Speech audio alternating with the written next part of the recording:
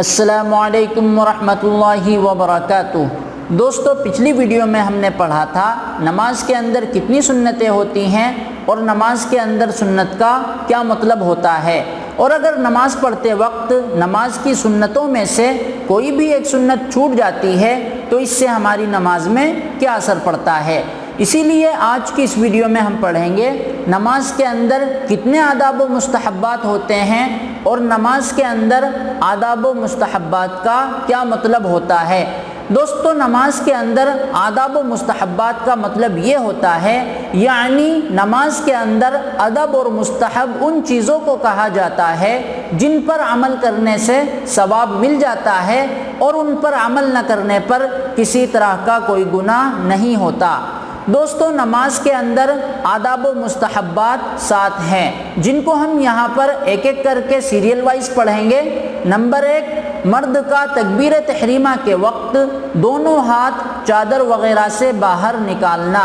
Number 2، کھڑے ہونے کی حالت میں دونوں پیروں کے درمیان حسب ضرورت فاصلہ رکھنا، یعنی مطلب یہ ہے دونوں پیروں کو ملا کر نہ رکھے اور نہ زیادہ پھیلائے۔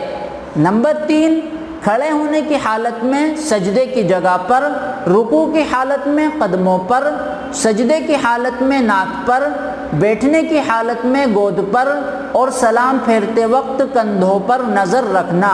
نمبر 4، حالت اقامت میں فجر اور ظہر کے فرضوں میں طوال مفصل، یعنی سورہ حجرات سے سورہ بروج تک، عصر اور عشاء کے فرضوں میں اوساط مفصل، یعنی سورہ طارق سے سورہ لم یکن تک، اور مغرب کے فرضوں میں اذا زلزلت الارض سے سورہ ناس تک کی صورتیں پڑھنا۔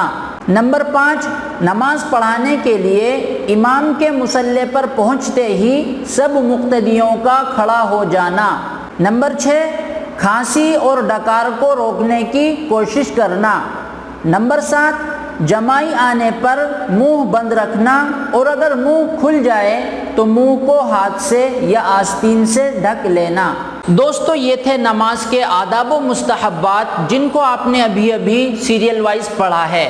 آج کے لیے بس اتنا ہی۔ امید کرتا ہوں کہ اب آپ کو اچھی طریقے سے سمجھ میں آ گیا ہوگا کہ نماز کے اندر کتنے آداب و مستحبات ہوتے ہیں اور نماز کے اندر آداب و مستحبات کا کیا مطلب ہوتا ہے۔